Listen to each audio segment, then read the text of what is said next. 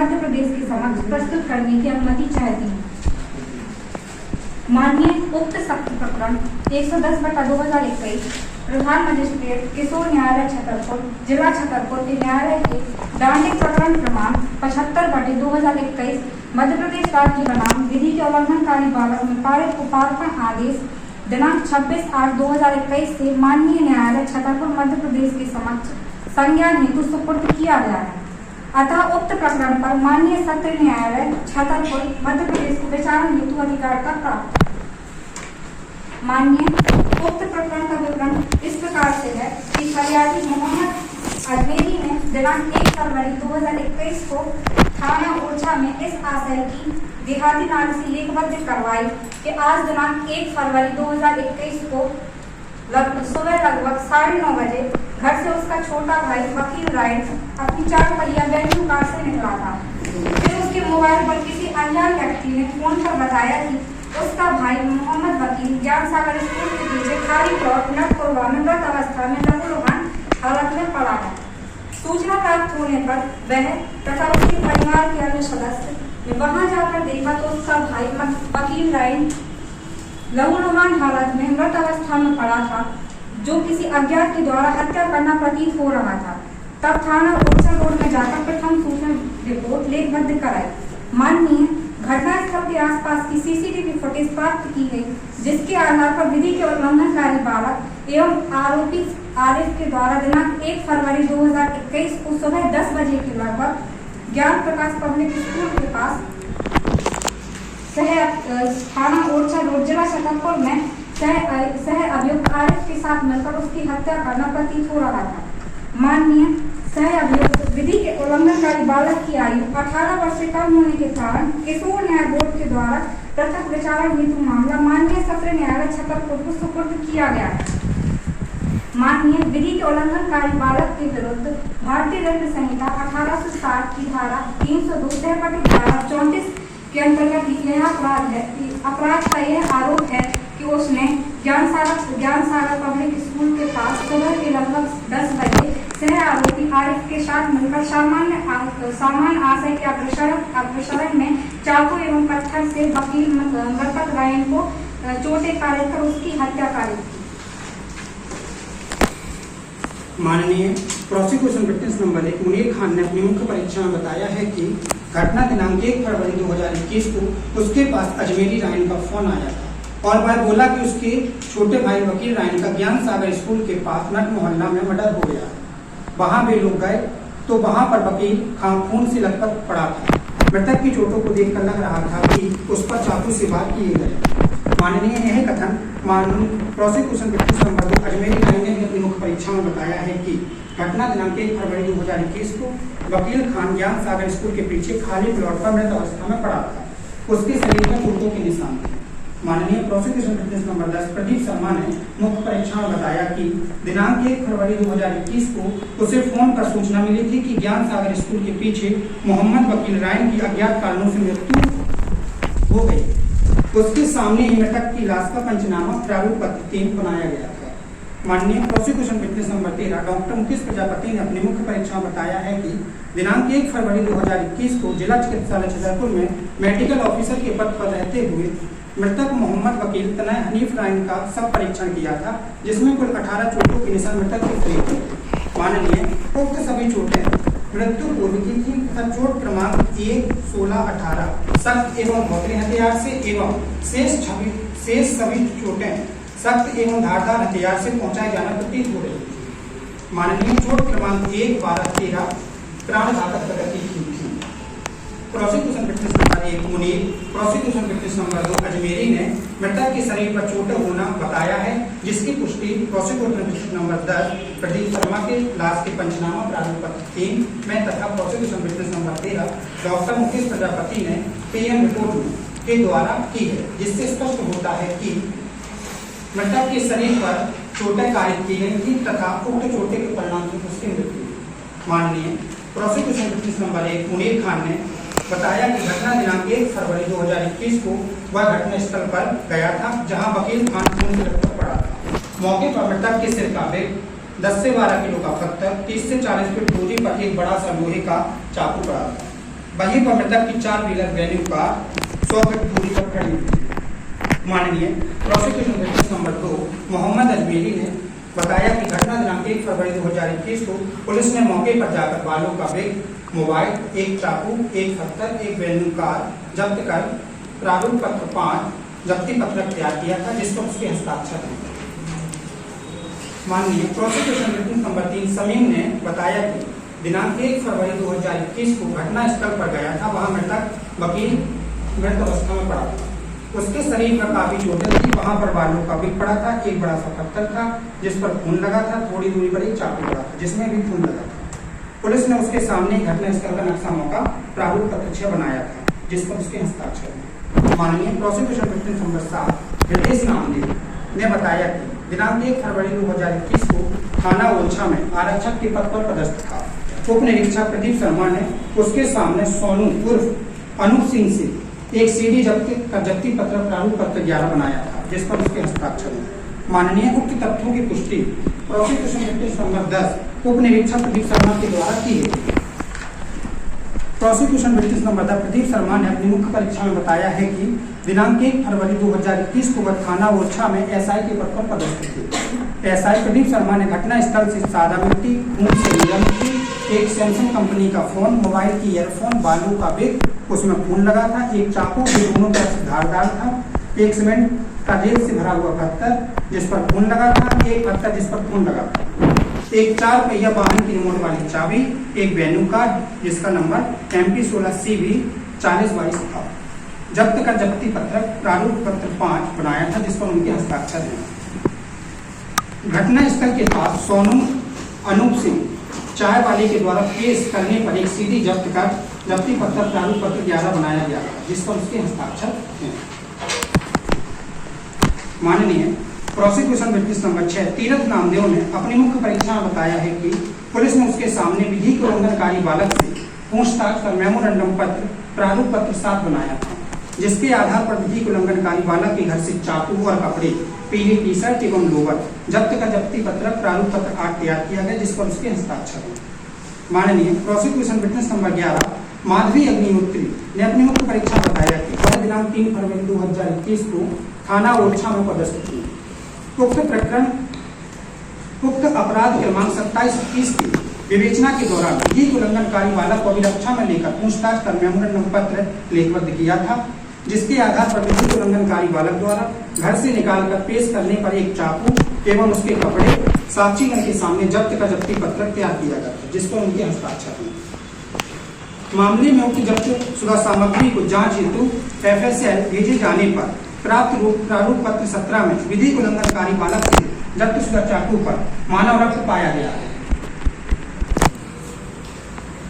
माननीय जब्त शुदा सीडी आर्टिकल A4 को उभय पक्ष के अभिवक्तागण के समक्ष लाकर देखने पर घटना दिनांक प्रोसिक्यूशन प्रदीप शर्मा ने बताया कि सीडी में घटना दिनांक 1 फरवरी 2021 की वीडियो है तथा जो समय 10:44 सुबह से वीडियो स्टार्ट हो रही है। वीडियो में एक पीले रंग की वेन्यू कार आती हुई दिख रही है जो आकर रुकती है। वीडियो में 10:44 पर कार से 2 लड़के निकलते हुए दिख रहे हैं तथा 10:45 पर एक और लड़का कार से निकलकर आगे जाते हुए दिखता है। पीली टी शर्ट पहने लड़का जो कार की बाएं तरफ से उतरा है वह विधि का उल्लंघनकारी बालक है तथा ड्राइवर सीट से जो लड़का उतर रहा है वह मृतक वकील खान तथा तीसरा लड़का जो फुल टी शर्ट पहनी है ड्राइवर के पीछे की सीट से उतरा है वह ऐसा आरोपी आरिफ छोटू है। वीडियो में जहां कार खड़ी है वह स्थान नट मोहल्ला छतरपुर है, जो घटना स्थल से 500 मीटर की दूरी पर है। पीले रंग की टी शर्ट पहने विधि का उल्लंघनकारी बालक मोजे से कुछ निकालते हुए दिखता है, जो वकील के आने पर रुक जाता है। उक्त वीडियो 10:59 पर तीनों लड़के कार में बैठकर जाते हुए दिख रहे हैं, जो घटना स्थल की ओर जा रहे हैं। घटना का समय सुबह 9:30 से 11:30 बताया गया है तथा 11 बजे का मृतक हकीम राइट विधि का उल्लंघनकारी बालक तथा आरिफ छोटू और छोटू साथ देखे गए तथा उसके पश्चात नहीं पाया गया। माननीय इसी संबंध में उच्चतम न्यायालय न्याय दृष्टांत गोदराज उर्फ गोदा एवं अन्य बनाम state of Jammu Kashmir 2002 8 SSP को 5 है। इसमें यह दौरान प्रतिपादित किया गया है कि जब अभियुक्त और मृतक अंतिम बार साथ देते हैं और मृतक का सब पाए जाने के बीच अंतर इतना कम हो कि अभियुक्त के अलावा अन्य व्यक्ति ने अपराध किया हो, यह संभावना बहुत कम रहे, तब यह अनुमान निकाला जा सकता है कि उस व्यक्ति की मृत्यु अभियुक्त ने कारित की है। मानिए इसी संबंध में एक और न्याय दृष्टांत है, विजय शंकर विरुद्ध हरियाणा राज्य AIR 2015। अवलोकनीय है, जिसमें यह सिद्धांत प्रतिपादित किया गया कि यदि अभियोजन अंतिम बार देखे जाने का सिद्धांत अकाट्य और विश्वसनीय साक्ष्य द्वारा स्थापित हो जाए, तब अभियुक्त के विरुद्ध अनुमान निकाला जा सकता है कि उसने अपराध कारित किया है। मानिए संपूर्ण मामला परिस्थिति जन्य साक्ष्य पर निर्भर करता है, क्योंकि घटना का कोई चक्षुदर्शी साक्षी नहीं है। मानिए प्रोसिक्यूशन विटनेस ए मुनीर खान ने अपनी मुख्य परीक्षा में बताया है कि आरिफ उर्फ छोटू की बहन और वकील खान का आपस में संबंध था, जिस कारण आरिफ ने विधि के उल्लंघनकारी बालक के साथ मिलकर योजना बनाई और वकील खान को बुलाकर उसको चाकू व पत्थर से मारा। मानिए इस मामले में जो सीडी अभियोजन की ओर से प्रस्तुत की गई है, उससे यह स्पष्ट है कि सुबह 11 बजे तक वकील नाइन विधि के उल्लंघनकारी बालक के साथ देखे जाने के पश्चात मृत पाया गया। विधि के उल्लंघनकारी बालक से चाकू जब्त किया जाना प्रमाणित है। चाकू पर मानव रक्त भी पाया गया। मृतक को जो चोटें कारित की गई हैं, वह सख्त एवं धारदार वस्तु एवं सख्त व भोतरी वस्तुओं से कारित की गई हैं। चाकू सख्त एवं धारदार वस्तु की श्रेणी में आता है, ऐसा चिकित्सा साक्ष्य ने अपने कथन में स्पष्ट किया। आरिफ उर्फ छोटू की बहन और वकील खान का आपस में संबंध होना इस बात को प्रमाणित करता है कि अभियुक्त के पास उसकी मृतक की हत्या करने का एक हेतु था, जिसको पूरा करने के लिए ही उसने स्वयं अभियुक्त के साथ मिलकर मृतक की हत्या कारित की है।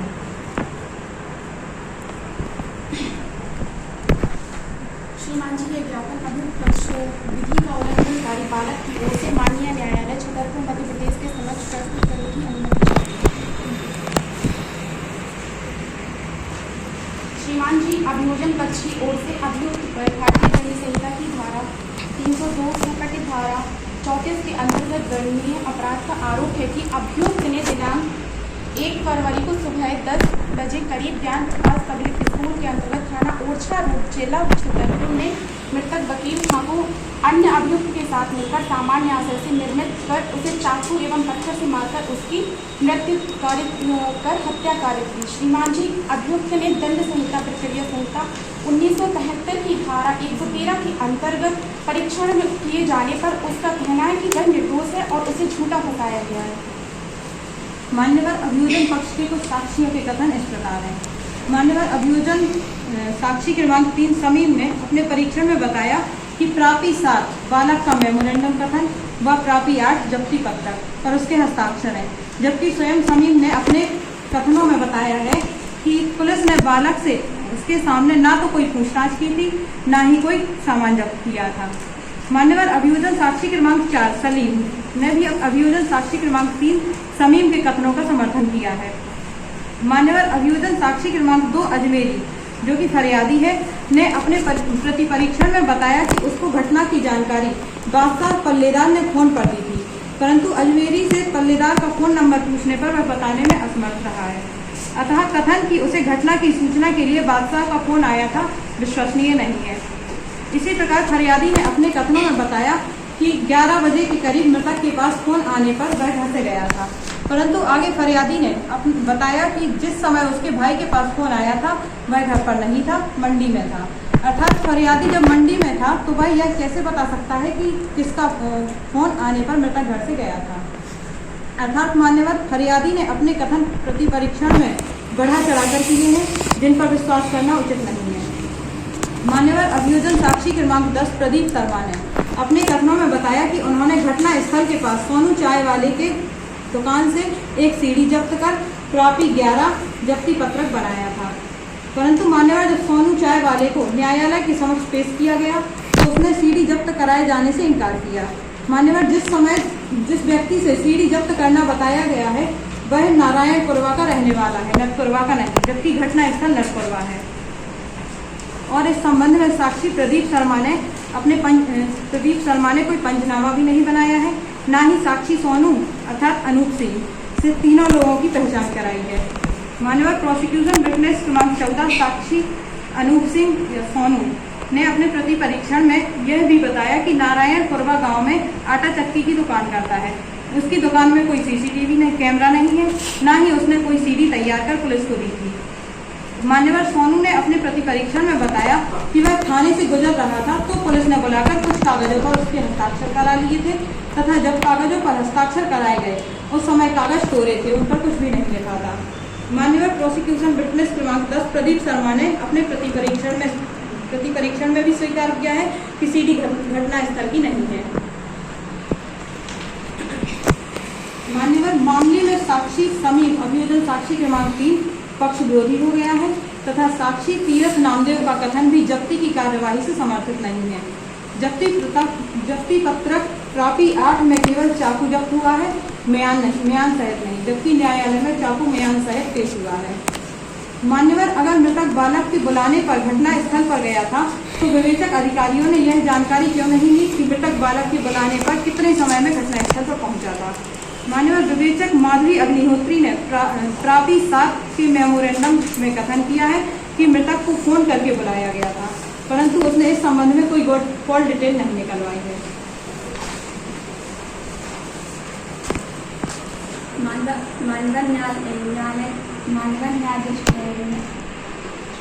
मानव न्यायाधीश परिस्थिति जनिसाक्ष्य और न्यायाधिष्ठान इस प्रकार है।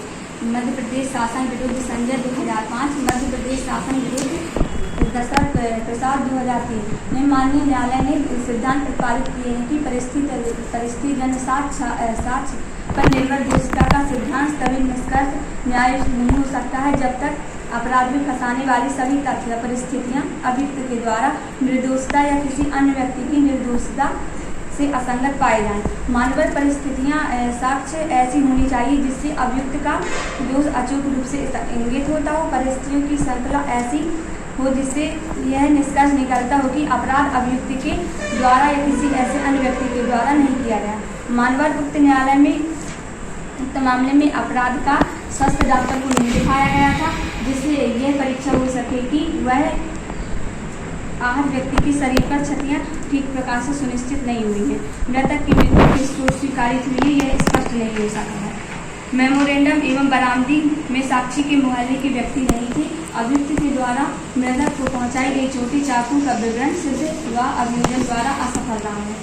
इस बात का भी कोई प्रमाण नहीं है कि जब जब्ती की गई वस्तुएं प्रयोगशाला भेजी गई थी तो वह उचित रूप से सीलबंद की गई थी या नहीं की गई थी, अर्थात मानवर अभियोजन पक्ष का मामला संदेशप्रद है, जिसके कारण अभियुक्त की दोषता का उचित नहीं है। माननीय जो बचाव पक्ष के द्वारा बताया गया कि न्यायाधीश के साथ खंजर चाकू को जब्त नहीं किया गया, तो उसके संबंध में मैंने बताया गया कि जो चाकू जब्त किया गया था वो मृत्यु लंबे समय के साथ जब्त किया गया, तो जबकि तब तक प्रस्तुत किया नहीं लिखा हुआ। तो मानव जो प्रोसिक्यूशन के द्वारा बताए गए छोटी छोटी सी संगठनाएं बताई गई हैं कि कार्रवाई में छोटी छोटी संगठता है, उसके संबंध में माननीय उच्चतम न्यायालय के द्वारा एक न्यायाधिष्ठान बताया गया है कि इस संकल्प नाम स्टेट ऑफ कर्नाटक राज्य 2011 अब जिसमें बताया गया मानव कि सामान्य विसंगतियां व विरोधाभास साक्षी के कथन में आना स्वाभाविक है। यदि वह प्रकरण को मूल रूप से प्रभावित नहीं करते हैं तो काल्पनिक आधार पर साक्ष्य को निरस्त नहीं किया जाता। उक्त मामले में कोई सचमुच साक्षी नहीं है। उक्त मामले में केवल परिस्थिति जन साक्ष्य पर आधारित है जो अभियोजन पक्ष ने जो परिस्थिति जन साक्ष्य पेश किए हैं वो भी कोई संतोषजनक नहीं है, उनमें भी ऐसा नहीं। माननीय जब भी कोई मामला परिस्थिति जन साक्ष्य पर निर्भर करता है तो मुख्यतः 4 चीजों को सिद्ध करना होता है। पहला चिकित्सीय साक्ष्य, दूसरा धारा 27 के अंतर्गत की कार्रवाई, तीसरा मृतक का अंतिम बार साथ में देखा जाना और चौथा मृत्यु। माननीय इस मामले में ये चारों चीजें सिद्ध की गई है। चिकित्सीय साक्ष्य में डॉक्टर के द्वारा यह कथन किया गया है कि जब मृतक का शव परीक्षण किया गया था तो उसके शरीर पर 18 गंभीर चोटें थी, जिसमें से कुछ चोटें प्राणघातक प्रकृति की थी। उनके मत के अनुसार ये चोटें किसी सख्त एवं धारदार हथियार से सख्त एवं बोझिल हथियार से काटी की गई। चाकू इसी एवं मच्छर इसी श्रेणी के हथियार हैं। 27 के अंतर्गत, जबकि धारा 27 के अंतर्गत बालक के घर से चाकू एवं कपड़े जब्त किए गए हैं। इसके अतिरिक्त सीसीटीवी फुटेज में यह स्पष्ट रूप से दर्शित है कि मृतक अंतिम बार सह अभियुक्त आरिफ एवं विधि उल्लंघनकारी बालक के साथ देखा गया था। इसके उपरांत वे संदेहास्पद स्थिति में मृत अवस्था में पाया गया, जिसके बारे में कोई भी स्पष्टीकरण अभियुक्त की ओर से नहीं दिया गया है। इसके अतिरिक्त हेतु तो इस मामले में अभियुक्तगण के पास उसकी हत्या करने का हेतु नहीं था, क्योंकि आरिफ की बहन के साथ मृतक का संबंध था।